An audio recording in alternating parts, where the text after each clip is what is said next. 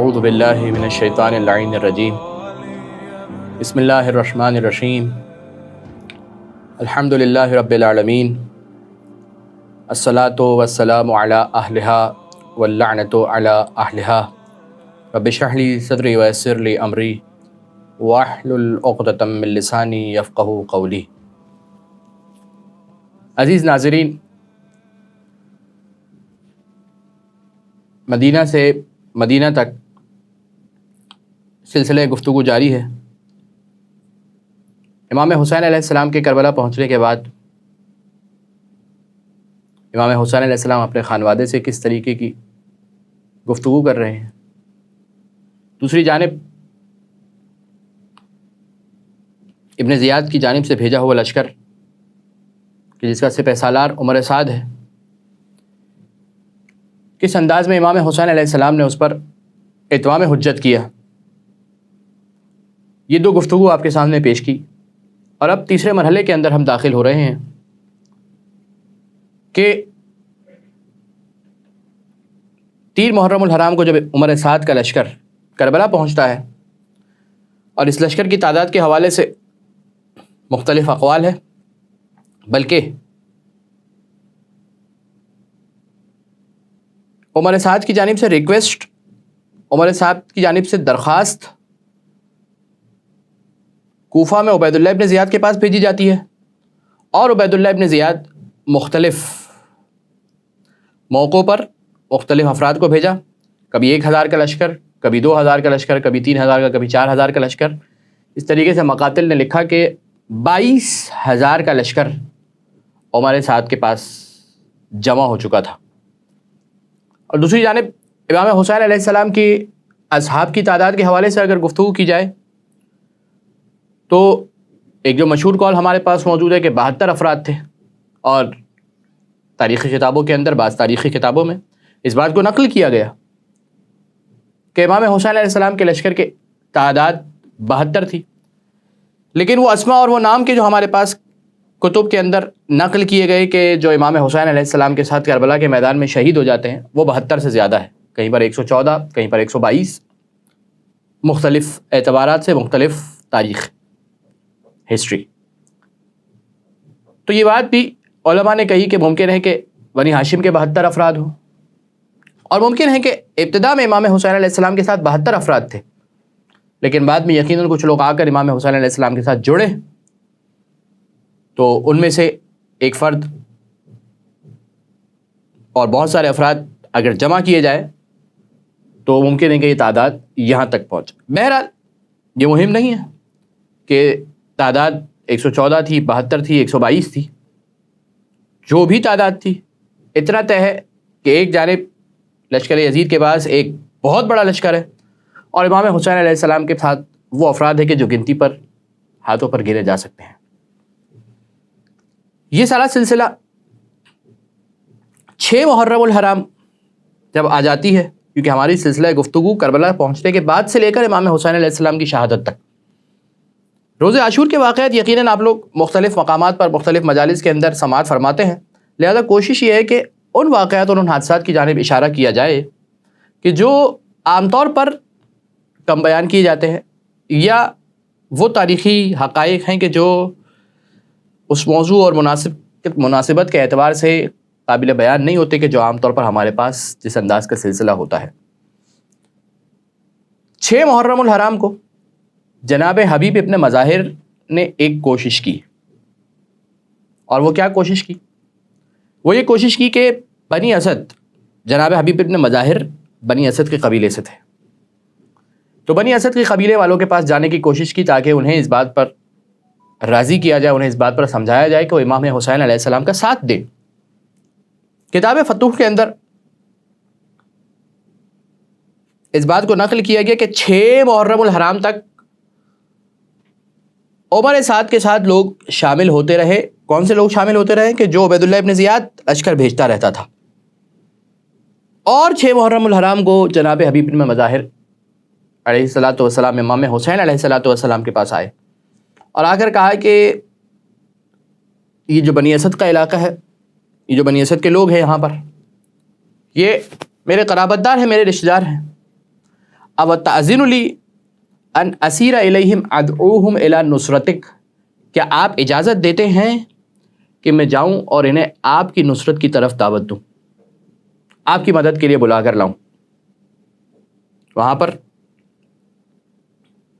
امام علیہ السلام نے فرمایا، اس سے پہلے حبیب کا جملہ، فعسى اللہ ان يدفع بہم عنک بعد ما تکرہ، شاید کہ اس سبب سے بعض وہ افراد پیچھے ہٹ جائیں کہ جو آپ کے ساتھ جنگ اور قتال کے لیے آمادہ ہوئے ہیں۔ امام حسین علیہ السلام نے کہا کہ میں اجازت دیتا ہوں حبیب، جائیے آپ۔ حبیب نے مظاہر گئے، رات کی تاریکی میں اکیلے گئے اور اس قوم کے پاس گئے، بنی اسد کے لوگوں کے پاس گئے، سلام کیا، انہوں نے ان کو سلام کیا اور پہچنوایا، وہ لوگ پہچان گئے کہ یہ بنی اسد کے قبیلے سے۔ پھر اس کے بعد سوال کیا، ما حاجتک یا ابن عم، اے چچا زاد۔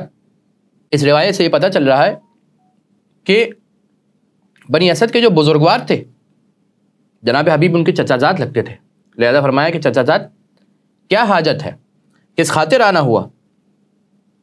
جناب حبیب نے فرمایا کہ میں آپ کی طرف ایک ایسے پیغام کو لے کر آیا ہوں کہ اس سے بہتر اور کوئی اور کام نہیں ہو سکتا، اس سے بہتر کوئی اور پیغام نہیں ہو سکتا، اس سے بہتر کوئی اور ہدف اور مقصد نہیں ہو سکتا۔ میں اس خاطر آیا ہوں کہ آپ کو حسین ابن علی علیہ السلام کی طرف لے کر آؤں، ان کی نصرت کی دعوت کے لیے لے کر آؤں۔ کیوں؟ اس لیے کہ وہ مومنین کے امیر ہیں اور ان میں سے ایک شخص بھی ہزاروں افراد سے بہتر ہے کہ جو امام حسین علیہ السلام کے ساتھ ہے۔ یہ عمر سعد جس نے 22,000 کے لشکر کے ساتھ امام حسین علیہ السلام کو معصور کر لیا ہے، اور آپ میری قوم اور میرے قبیلے سے ہیں، میں آپ کو اس نصیحت کے لیے آیا ہوں، اس نصیحت کی خاطر آیا ہوں کہ آج آئیے اور آج کے دن حسین ابن علی علیہ السلام کی نصرت کر لیجئے۔ اگر آج آپ نے حسین ابن علی کا ساتھ دیا تو کل آپ اعلی علیین میں رفیق اعلیٰ کے اندر موجود ہوں گے، اعلی علیین میں نبی اکرم صلی اللہ علیہ وآلہ وسلم کے رفیق اعلیٰ ہوں گے۔ قابل غور نکتہ کیا ہے یہاں پر؟ قابل غور نکتہ یہ ہے کہ صرف حسین ابن علی نہیں جانتے تھے کہ کہاں پر جا رہے ہیں اور کہاں لے جا رہے ہیں، حبیب ابن مظاہر بھی جانتے تھے کہ میں کس جانب جا رہا ہوں۔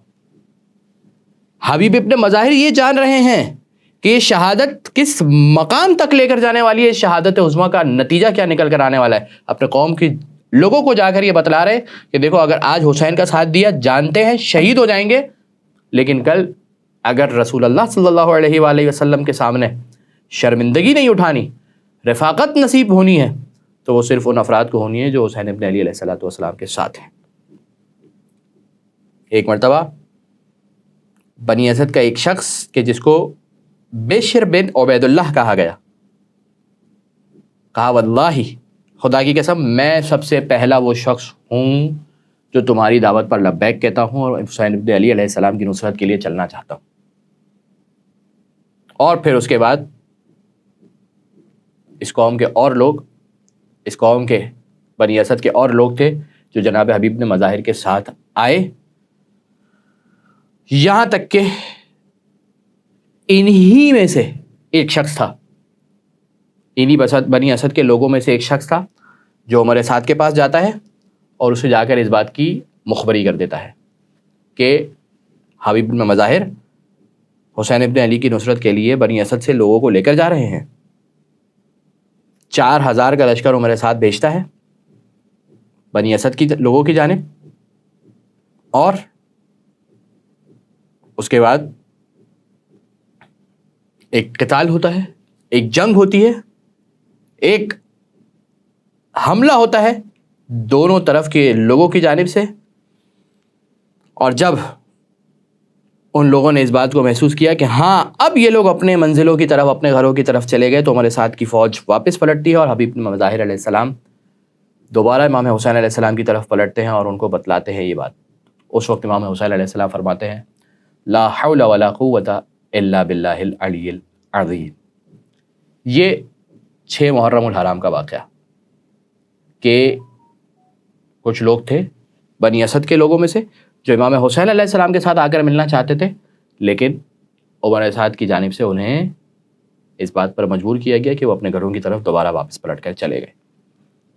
یہ 6 محرم الحرام تک۔ 7 محرم الحرام ایک اہم ترین دن اس حوالے سے کہ پیاس اصحاب امام حسین علیہ السلام، خانوادہ امام حسین علیہ السلام، خود امام حسین علیہ السلام پر یہ کوشش کی جا رہی ہے کہ کسی انداز کے اندر پانی امام حسین علیہ السلام کے خیمے میں نہ پہنچنے دیا جائے۔ عبید اللہ ابن زیاد کی جانب سے عمر سعد کو یہ حکم آتا ہے کہ حسین اور اصحاب حسین علیہ السلام تک پانی کی بندش کر دی جائے۔ ایک قطرہ بھی فلا یذوق منہ حسوتن، ایک قطرہ بھی پانی کا نہ پینے پائے۔ اور عمر سعد نے ایک شخص کہ جس کا نام عامر ابن حجاج ہے، اسے اس بات کے لیے معین کر دیا کہ وہ 500 لوگوں کے ساتھ، 500 سواروں کے ساتھ فرات کے کنارے پر موجود رہے گا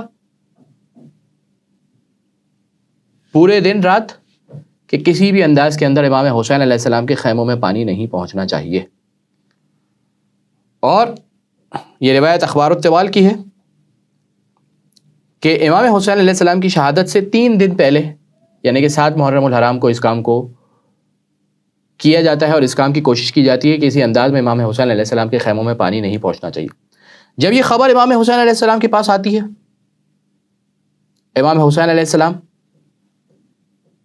مقتل خارزمی کے اندر اس بات کو روایت کیا گیا کہ امام حسین علیہ السلام خیمہ نساء، امام حسین علیہ السلام خواتین کے خیموں کے پیچھے جاتے ہیں اور ایک مرتبہ زمین کو کھودنا شروع کرتے ہیں، ثم احتفر ہنالک، وہاں پر کھدائی کرتے ہیں۔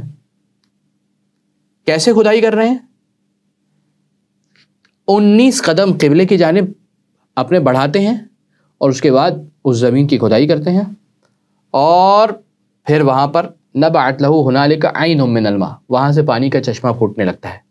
آپ کے ذہن میں آیا کہ پانی تو آ گیا امام حسین علیہ السلام کے خیمے کے اندر؟ نہیں، اس وقت امام حسین علیہ السلام اپنے اصحاب، اپنی خواتین، اپنے بچوں، ان سب کو پانی سے سیراب کرتے ہیں، اور وہاں پر اس بات کو نقل کیا گیا کہ فلم یرا لہا اثر، اور اس کے بعد اس کنویں کا کوئی اثر موجود نہ رہا، اس کنویں کا کوئی نشان باقی نہ رہا۔ اور جب یہ بات پتہ چلتی ہے عمر سعد کو، عبید اللہ ابن زیاد کو، حتیٰ عبید اللہ ابن زیاد تک یہ خبر پہنچائی گئی۔ اب آپ اندازہ کیجئے کہ کتنی سخت نگرانی ہے کہ ایک جانب امام حسین علیہ السلام کربلا میں موجود ہے، عبید اللہ ابن زیاد کوفہ میں موجود ہے۔ کربلا سے کوفہ کا ایک سفر ہے، آج کا دور تھوڑی ہے کہ 1 گھنٹے کے اندر کوفہ سے کربلا آ گئے، نہیں، اس دور کے اندر سفر مشکل تھا، لیکن اتنی سخت نگرانی ہے کہ یہ تمام واقعات عبید اللہ ابن زیاد تک پہنچائے جا رہے ہیں۔ عمر سعد کو حکم دیا گیا کہ سخت پہرا لگایا جائے خیموں کے اطراف میں، کسی بھی انداز کے اندر آئندہ ایسا کوئی عمل انجام نہیں پانا چاہیے، آئندہ کوئی موقع ہاتھ نہ آئے امام حسین علیہ السلام اور ان کے اصحاب کے پاس اس طریقے۔ یہ 7 محرم الحرام آخری مرتبہ امام حسین علیہ السلام کے پاس پانی، اور اس کے بعد امام حسین علیہ السلام پر پانی کی بندش کر دی جاتی ہے۔ اب کسی بھی انداز کے اندر امام حسین علیہ السلام کو پانی کے قریب نہیں جانے دیا جا رہا، اور نہ کسی انداز کے اندر امام حسین علیہ السلام کے اصحاب کو یہ موقع دیا جا رہا ہے کہ وہ فرات کے کنارے جا کر مشکیزیں بھر کر آئیں اور پانی لے کر آئیں، کیونکہ خیمے تو 2 محرم کو ہی دور لگائے گئے تھے، لیکن پانی کی بندش 7 محرم سے شروع ہو گئی۔ ایک موقع ملتا ہے تاریخ کے اندر کہ حضرت عباس علیہ السلام نے اس بات کی کوشش کی کہ کسی انداز میں خیمے میں پانی پہنچ جائے۔ روز عاشور بھی امام حسین علیہ السلام نے حضرت عباس علیہ السلام کو جو اجازت دی ہے وہ کس بنیاد پر دی کہ ہاں بچوں کے لیے سبیل کا کچھ انتظام ہو جائے۔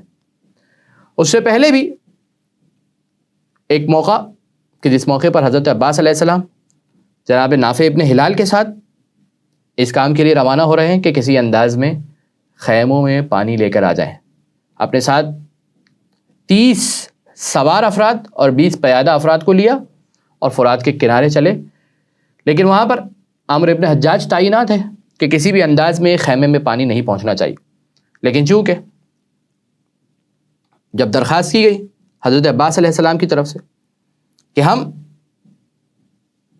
پانی کے لیے آئے ہیں اور چاہتے ہیں کہ وہ پانی کے جو تم نے ہم پر حرام کیا ہوا ہے اس پانی کو حاصل کر لیں. عمرو ابن حجاج نے کہا فشرب ہنیئن، آپ پیجئے پانی. اس موقع پر حضرت ابو الفضل عباس علیہ السلام نے فرمایا لا واللہ لا اشرب منہ قطرۃ وحسین علیہ السلام عطشانہ، خدا کی قسم میرا آقا حسین پیاسا ہے، میں ایک قطرہ آب بھی نہیں پی سکتا. اور اس کے بعد حضرت عباس علیہ السلام چاہتے ہیں کہ مشکیزوں کے اندر پانی بھر جائے اور چاہتے ہیں کہ امام حسین علیہ السلام کے اصحاب اور امام حسین علیہ السلام کے لیے پانی لے کر جائیں. لیکن کہا جاتا ہے کہ لا سبیل الی سقی ہؤلاء، ان لوگوں کے لیے پانی کا ایک قطرہ آب نہیں دیا جا سکتا. اندازہ کر رہے ہیں جناب ابو الفضل عباس علیہ السلام کی منزلت کا. صرف ایک وہ موقع نہیں ہے کہ جب حضرت عباس علیہ السلام پانی کے پاس پہنچے ہیں روز عاشور، نہیں، روز عاشور سے پہلے بھی حضرت عباس علیہ السلام پانی کے پاس پہنچے ہیں. لیکن الفاظ کیا ہے؟ فلا واللہ لا اشرب قطرۃ من الماء والحسین عطشانہ، اگر حسین پیاسے ہیں تو عباس ایک قطرہ پانی نہیں پی سکتے.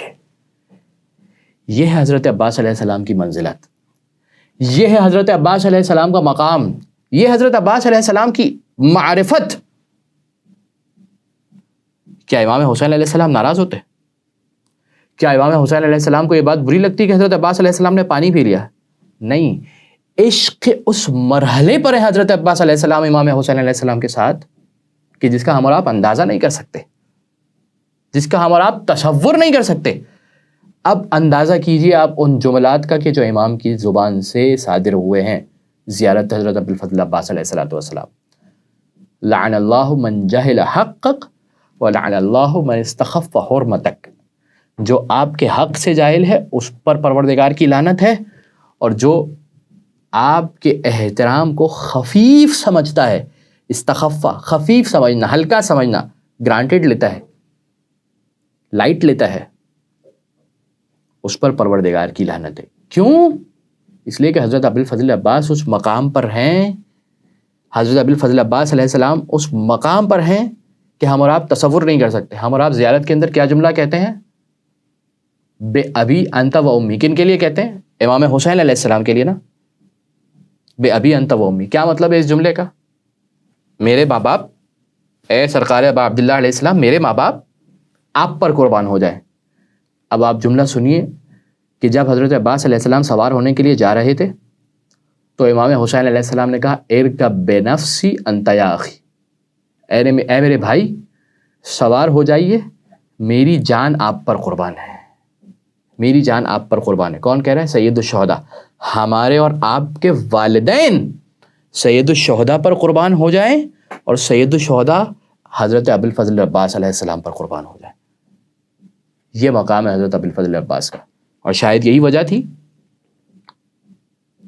کہ فوج اشقیہ بھی جانتی تھی کہ عباس اور حسین کے درمیان جدائی کروا دی جائے کسی طریقے سے. اور ہوا یہ تاریخ کے اندر. انشاءاللہ آنے والے لیکچر کے اندر اس بات کی وضاحت کی جائے گی کہ کس انداز کے اندر اس بات کی کوشش کی جا رہی ہے کہ کسی طریقے سے حضرت عباس علیہ السلام اور امام حسین علیہ السلام کے درمیان جدائی کروا دی جائے. کیونکہ حضرت عباس علیہ السلام کے رشتہ دار موجود تھے فوج اشقیہ کے اندر، شمر ابن ذوالجوشن. لیکن حضرت ابو الفضل عباس علیہ السلام کو سمجھا نہیں تھا انہوں نے کہ عباس ہے کس ہستی کا نام، وہ پانی کا قطرہ بھی نہیں پی سکتا اگر حسین ابن علی پیاسے ہو.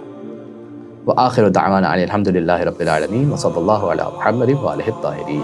اللہم صل علی محمد وآل محمد.